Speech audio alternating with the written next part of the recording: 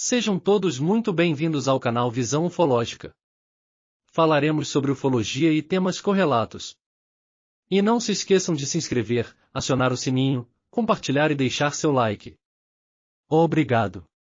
É isso aí, vamos para mais um episódio aqui da série, né? O episódio número 3 da temporada 2. Espero que vocês estejam gostando. Vamos ver o que eu vou poder falar mais ou menos para vocês hoje nesse episódio. Peço novamente que qualquer sugestão, qualquer coisa, escreva nos comentários aqui embaixo depois, tá? Ou durante o episódio, se quiserem, que eu leio tudo, respondo e quero ver a opinião de vocês. Pode falar sobre tudo, sobre luz, sobre imagem, sobre o som tá bom, o som tá ruim, ou vocês querem mais alguma coisa, que a gente vai tentar, à medida do possível, providenciar isso tudo, tá bom? Então, vamos lá para o episódio de número 3 dessa segunda temporada. A primeira coisa que eu quero falar para vocês hoje aqui é que eu vou passar algumas figuras no seu devido momento, tá bom? Desenhos, alguma imagem para vocês, tá bom? Então vocês fiquem de olho aí que isso vai acontecer ao longo desse episódio. Bom, a primeira história que eu quero contar para vocês é de um documentário que eu participei nos anos 2000 e alguma coisa que eu não vou me lembrar aqui agora. Foi um documentário baseado e criado em cima de um trabalho, né? Foi baseado numa pesquisa, num trabalho do Dr. John Mack, né? Foi criado esse documentário e eu fui convidado a ser participante, né? Participar do documentário, tá? Então foi muito interessante porque esse documentário se chama Tocados, né? E ele ganhou até prêmio e tal, onde eu conto um trecho da minha história, um episódio só da minha história, que foi uma época que eu tive um problema muito sério no ouvido direito, tá? E eu ouvia tudo metálico no ouvido direito, era muito ruim. Imagina, para músico, né, como eu era obrigado a colocar algodão, bastante algodão dentro do ouvido direito, para escutar com um só e pelo menos não ter o som metálico, né? Mas a gente não quer escutar em mono, né? A gente está acostumado a escutar em estéreo, né, com os dois ouvidos. Então eu tinha um problema, eu fui fazer uma audiometria, fui fazer exames físicos e tal, e não constou nada tão agressivo, tão problemático, que pudesse dizer que aquilo realmente era por causa de tal ou outra coisa, tal que eu estava tendo. Não.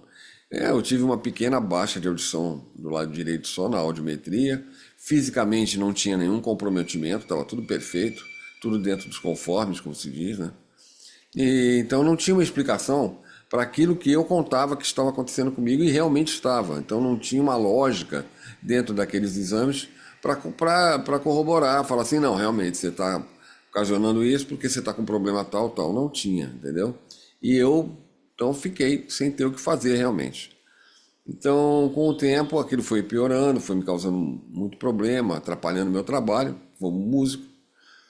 Até que uma noite, eu estava no meu quarto e tive a tal da paralisia do sono.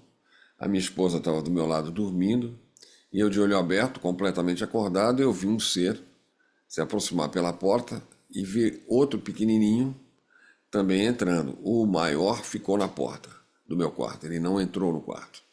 O pequeno entrou e eu vi ele pegar uma espécie de um estilete, uma agulha, uma coisa assim, pontiaguda. E eu percebi na hora que ele ia colocar no meu ouvido, me deu um medo danado. E eu escutei na minha mente que eu podia pedir para a proteção do que eu cresce, que não tinha problema, mas que ele iria fazer o que ele tinha que fazer porque ele estava ali para isso, independente daquilo que eu dissesse sim ou não. Ok, foi o que aconteceu. Mas quando ele introduziu aquele aparelho no meu ouvido, eu não senti nenhuma dor, nada, absolutamente nada. Graças a Deus, tudo que eu achei que fosse sentir ou tal, passar, não aconteceu. Ele só colocou aquilo, demorou poucos segundos, e depois daqueles poucos segundos, ele retirou esse aparelho, se retirou do quarto, eu ainda com a paralisia do sono, se retirou do quarto, o outro que ficou do lado de fora também foi embora, E os dois começaram a andar e sumiram, desapareceram. E aí sim, eu saí da paralisia do sono, né? Não tive mais aquele sono, aquele congelamento, né, na cama. Mas veio logo em seguida uma sonolência muito forte, muito forte, muito forte, que eu não aguentei dormir. E no dia seguinte eu acordei sem nenhum problema na audição. E de lá para cá, fazem muitos anos isso, eu não tive mais nenhum problema de audição. E interessante também, foi uma conversa que eu tive com o cinegrafista, que me disse que tinha entrevistado um camarada na Costa Rica, se não me engano, alguma coisa assim. E esse camarada tinha contato com uma tal de Snuka. E quando eu falei para ele que eu tinha contato com Snuka, ele se assustou com aquilo, né? Aí pediu para que eu escrevesse o nome da Snuka no papel. Eu escrevi, ele achou aquilo incrível, porque era o mesmo ser, né? O mesmo nome, do contato de um camarada lá da Costa Rica, sei lá, entendeu? Que eles tinham gravado com ele. Então, foi muito interessante esse filme, inclusive, esse documentário ganhou prêmio e tal. Foi muito bom ter feito esse documentário, foi muito interessante para mim. Outro caso interessante também foi, eu durante um bom tempo, eu participei, não só como entrevistado, mas como entrevistador, de um programa de rádio que tinha aqui no Rio de Janeiro chamado Quem São Eles? Era um programa que se dedicava à ufologia, à espiritualidade. E era um programa que a gente fazia com mau gosto, eu e alguns amigos, né? Sendo que um desses amigos era o diretor e o produtor, quem bancava mesmo, produzia o programa. E num determinado dia, eu estava lá para ser entrevistado e fui entrevistado. Muitas perguntas através do telefone, de recado e tal, na rádio. E de repente a gente recebe um telefonema, era próximo à meia-noite mais ou menos, já era. E a gente recebeu um telefonema de uma menina, uma criança, né? E botaram o telefonema dela gravado no ar. Ou melhor, gravado não, ao vivo no ar, claro. E eu comecei a conversar com ela. Perguntei o nome dela, perguntei a idade dela, onde ela morava. E começamos a perguntar muitas coisas. A curiosidade era por que uma menina de 8 anos de idade estava escutando um programa na rádio AM, veja bem, AM, naquele horário, sozinha, se interessando por assuntos como aqueles que a gente estava discutindo ou conversando, né, relatando ao longo do programa. Então, ela falou para mim que morava aqui no subúrbio do Rio de Janeiro. A gente perguntou sobre os pais dela, ela falou que os pais dela estavam dormindo e que ela ligou o rádio porque ela gostava muito do programa e do assunto e quis ligar para falar comigo. E ela me perguntou sobre os seres, falou, olha, seus amigos, e ainda me deu umas dicas, falou, seus amigos estão querendo falar com você, eles deixaram aquele artefato para você lá quando você era pequeno, porque aquele artefato tal, e começou um assunto muito interessante, né, com aquela menininha. E, enfim, e aí o assunto acabou, o programa acabou, eu vi que as pessoas estavam, inclusive, algumas com os olhos marejados, né, de emoção de ver uma menina daquela idade interessada por isso, no horário daquele. Inclusive a gente perguntou, você não vai estudar amanhã? Ela falou, não, eu tenho colégio e tal. Falei, o que você está fazendo essa hora acordado, né? Por isso que a gente perguntou dos pais dela e tal. Enfim, passou. Então a menina da mesa que recebia os telefonemas lá, passou para mim o telefone da menina, né? E eu cheguei em casa, eu confesso que eu não aguentei, peguei o telefone e liguei para a garota. Ninguém atendeu. Eu falei, bom, deve estar dormindo, eu não vou insistir a essa hora da madrugada. No dia seguinte, liguei novamente de manhã, 9 horas, ninguém. Meio-dia, horário de almoço, ninguém. 3 horas da tarde, ninguém. 5 horas da tarde, ninguém. 8 horas da tarde, ninguém. 11 horas da noite, ninguém. E assim eu fui ligando sucessivamente, dia após dia, após dia, após dia, até que uma hora eu cansei e não liguei mais. Ou seja quem for aquela menina que falou comigo e deixou o telefonema gravado lá, registrado lá, que me foi passado, aquele telefone não atendia. Não havia ninguém para atender aquele telefone. Então, é uma coisa curiosa, né? Uma criança que desapareceu, que deixou um telefonema que eu tentei entrar em contato várias vezes, em vários dias, em horários diferentes. E nunca consegui, porque o telefone não atendia, né? E é isso. Falando sobre assuntos que normalmente uma criança de 8 anos de idade não se interessa, ainda mais naquele horário de praticamente meia-noite, numa rádio AM, né? Veja bem, não era um FM, onde ela poderia estar escutando uma música, não. Era AM. Então, fica essa curiosidade, essa história, ainda me dando conselhos, né? Olha, eu acho que você deveria ver esse artefato seu, com seus amigos. Enfim, eu tenho até inclusive a gravação desse programa, né? Com a voz da menina falando e tal. É muito interessante. Bom, passado um tempo, nessa mesma época, eu fui novamente fazer o programa, como eu ia sempre, né? Às vezes eu participava como entrevistado, rarissimamente, e na maioria das vezes eu era entrevistador. Eu estava na mesa, junto com os meus amigos, fazendo pergunta para algum entrevistado do dia, no programa. Então, dessa vez ia ser um médium, um paranormal bastante conhecido da mídia, que eu não vou falar aqui porque eu não tenho a permissão dele, então eu vou evitar de falar. Se um dia ele me permitir que eu falo o nome dele. Vocês todos vão conhecer, porque ele é muito conhecido, tá? Vocês vão reconhecer imediatamente. E aí o meu carro estava com problema e eu pedi pro nosso produtor, meu amigo, passar aqui para me pegar se havia algum problema. Ele falou, não, ele tinha uma doblô, passou aqui, me pegou, e quando eu entro no carro, na parte de trás, tá esse paranormal, né, que ele estava levando também lá para, que era o dia da entrevista desse paranormal. E eu cumprimentei, oi, tudo bem, como é que tá? Oi, Marco, tudo bem e tal. Sentei do lado dele e fomos. Ao longo do caminho, ele quis falar comigo, falou baixinho assim no meu ouvido, Marco, presta atenção, porque tem gente de olho em você, tem gente te vigiando. Então você toma cuidado quando você sair, quando você entrar no seu prédio, fica de olho, fica observando que tem gente que está de olho em você. Bom, a gente pensou que fosse algum problema de sequestro, né? Por causa da violência, no Rio de Janeiro. Mas muito tempo depois eu fui saber que não era essa a ideia da vigilância, né? Eu fiquei com aquilo na cabeça, tal, e depois de um certo tempo eu senti barulhos no meu telefone. Ainda tinha, naquela época, telefone fixo, além de celular, né? Mas ainda se usava muito telefone fixo. E meu telefone fixo dava sempre ruídos, estalos, coisas estranhas.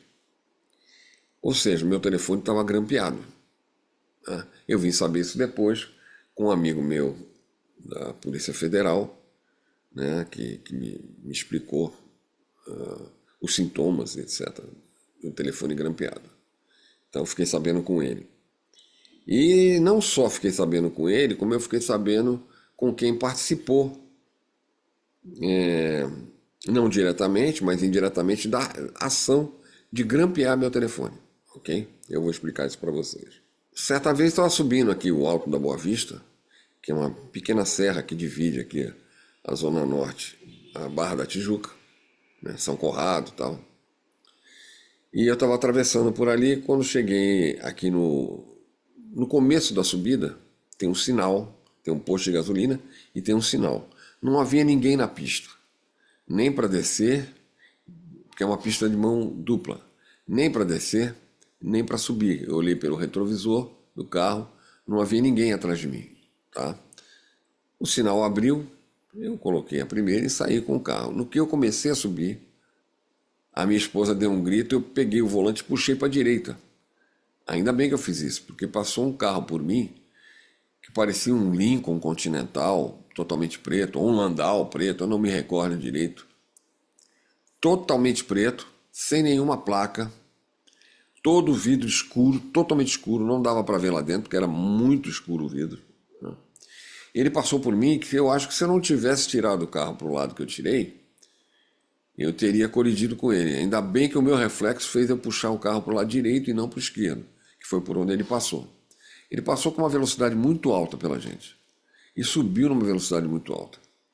Logo à frente, alguns metros à frente, 50 metros à frente, tinha um pardal, né, um detector de alta velocidade, que ele só passa com 50 km por hora, senão multa. Mas mesmo assim eu nem liguei para o pardal, nem para nada. Eu peguei para o radar, né, como vocês chamam também. Eu não liguei para aquilo, acelerei meu carro ao máximo e fui atrás dele. Só que o máximo que eu acelerei não foi suficiente. Quando eu peguei uma reta muito longa, ele deveria estar pelo menos no final da reta. Não tinha carro. Não tinha nenhum carro preto, não tinha carro nenhum. Nem vindo, nem indo, nem atrás de mim. Eu estava sozinho com a minha esposa no carro. E esse carro quase tirou a gente da pista, entendeu? Quase causou um acidente. O carro totalmente preto. Esse carro foi visto também por um amigo meu, que também era da rádio, né? Que fazia o programa lá com a gente. Esse meu amigo estava indo para a praia, em Ipanema, e ele notou que tinha um carro preto estacionado em frente do prédio dele, no outro lado da rua, parado.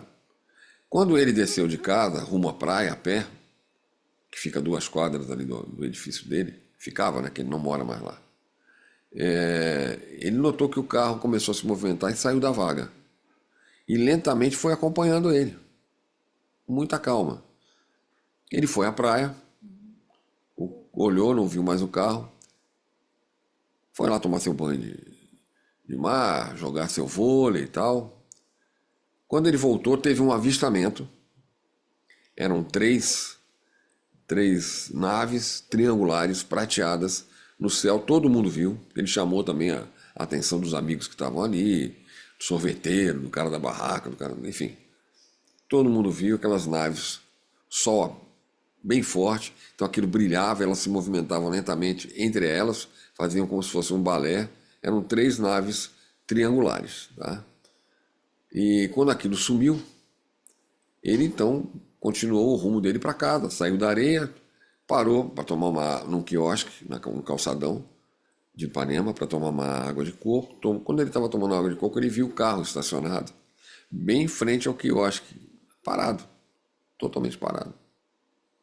Ele não aguentou e quis ir até o carro, obviamente, eu faria o mesmo. Pegou o coco, deixou ali em cima e rumou o carro para ver se falava com alguém, se alguém estava ali dentro. Quando ele começou a se aproximar do carro, o carro acelerou um pouquinho e foi embora. Não deu tempo dele chegar no carro. E sumiu, foi embora. Então aquela época foi muito estranha, porque tinha muito isso. Teve uma outra perseguição, vou chamar de perseguição, com um carro preto, quando eu fui fazer uma viagem a São Paulo também, naquela mesma época. Eu estava de carro e esse carro preto passou numa velocidade estúpida por mim. Se eu estava a 100 por hora, ele devia estar a 180. Foi muito rápido. Entendeu? E foi embora. Ok. Fomos embora, de repente, quando eu olho de novo, é ele outra vez. Mas ele tinha me passado. Já era para ele estar a quilômetros à frente de mim, pela velocidade que eu estava usando e a velocidade que ele estava. Mas não, passou de novo por mim. Isso aconteceu 3 vezes durante a viagem, ele passar por mim. Não tenho a menor ideia, né, de quem fosse. Tal. Bom, no final daquele ano, eu recebo um convite de uma pessoa que frequentava a minha casa muito. Né? Pessoa muito interessada em ufologia, que já era meu amigo há alguns anos. Alguns, mas não tantos, né? 5 anos, talvez. E ele frequentava a minha casa, porque a gente ficou muito unido. Quando a gente se conheceu, ele quis saber muita coisa. Eu reparei que ele perguntava muita coisa. Eu vi que ele queria saber e eu sou assim, vocês sabem. A pessoa pergunta, quando eu sei, realmente eu respondo, eu tento argumentar, eu passo aquilo que eu sei. Quando eu não sei, eu falo, gente, não sei. Eu sou assim, né? Não vou inventar. Então, ele queria saber muita coisa. Achei, assim, bem legal, né? Essa vontade dele aprender me deu um certo frescor no trabalho de ufologia, um entusiasmo, né? E eu notava que sempre que ele me convidava para almoçar, que ele passava aqui em casa, e a gente ia em algum restaurante para bater um papo que ele queria, eu, eu notava que ele sentava no fundo do restaurante sempre e pedia para eu desligar o celular. E ele fazia o mesmo. Então, de lá do fundo do restaurante, voltado para a entrada, ele tinha visão completa do ambiente e tomava cuidado com o celular.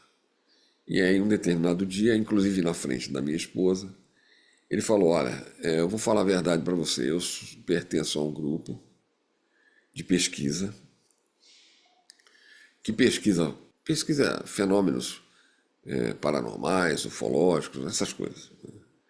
Nós somos em 10, sendo que o líder é uma mulher. E a gente estava muito interessado em você, que você fizesse parte do nosso grupo, caso você quisesse. Você ia ter um ordenado. Na época, você ia ter um valor todo mês depositado para você. E eu estou falando isso dos anos 2008, 2009, tá? Você ia ter um valor depositário de R$ 10.000 por mês na tua conta, ou numa conta que você abrisse especialmente para isso. Esse financiamento vem de grupos financeiros. Ele não me explicou direito, não me falou. E você trabalharia para a gente. O único problema, nós ficamos esse tempo todo com o teu telefone grampeado, aquilo foi uma surpresa muito grande para mim e para minha esposa. A gente já desconfiava que a minha esposa até falava assim: esse cara deve ser agente secreto. Brincava, porque era muito estranho. Tinha umas coisas dele que era muito estranho realmente, tá? A gente começou a desconfiar. E ele tinha um certo padrão de vida, né? E ele viajava muito para fora do país em função do trabalho dele, da formação dele. E a esposa dele também viajava muito em função do trabalho e formação dela. E eu descobri que a esposa dele também fazia parte do grupo, né? Era ele e a esposa. Ele, inclusive, me mostrou uma vez um passaporte. Ele foi para a Alemanha, voltou da Alemanha e o passaporte não estava carimbado. Agora, vocês não me perguntem como ele entrou na Alemanha e saiu da Alemanha. Saiu e entrou no Brasil sem ter o passaporte carimbado. Não sei, tá? É alguma coisa que eu não sei.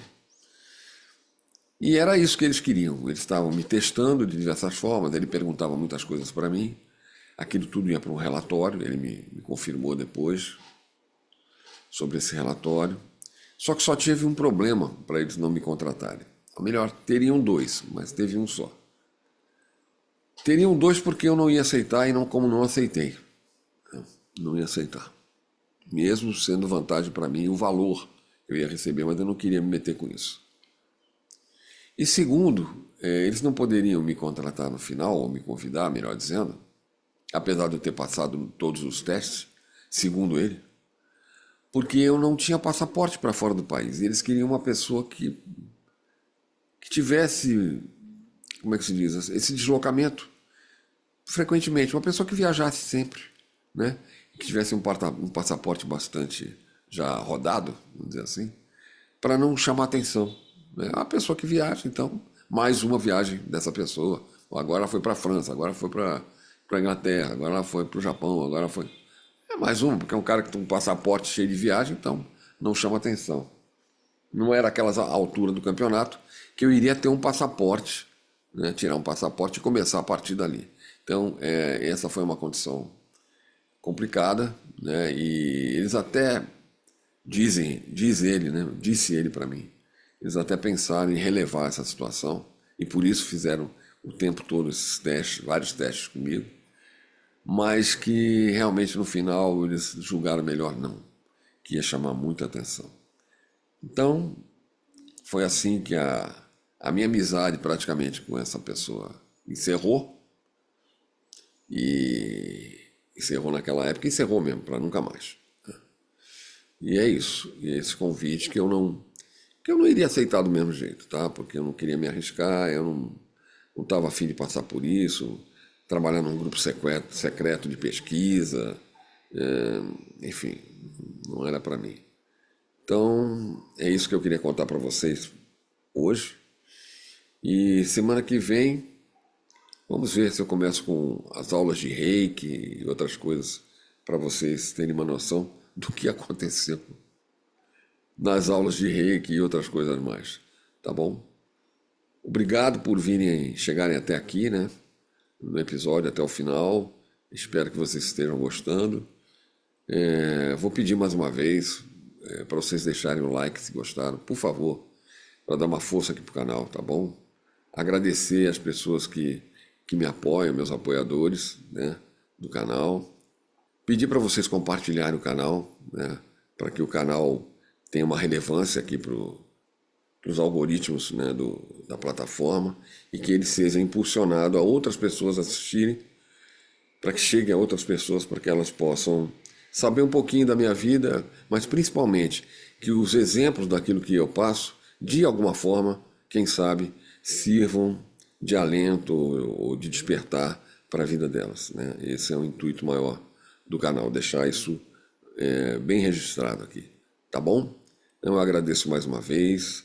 Querendo Deus, estaremos aqui semana que vem para o próximo episódio. E espero que vocês tenham um lindo final de semana maravilhoso. Semana que vem, então a gente prossegue. Um abraço, muitas bênçãos para você, para sua família, para os seus amigos. E até o próximo. Obrigado.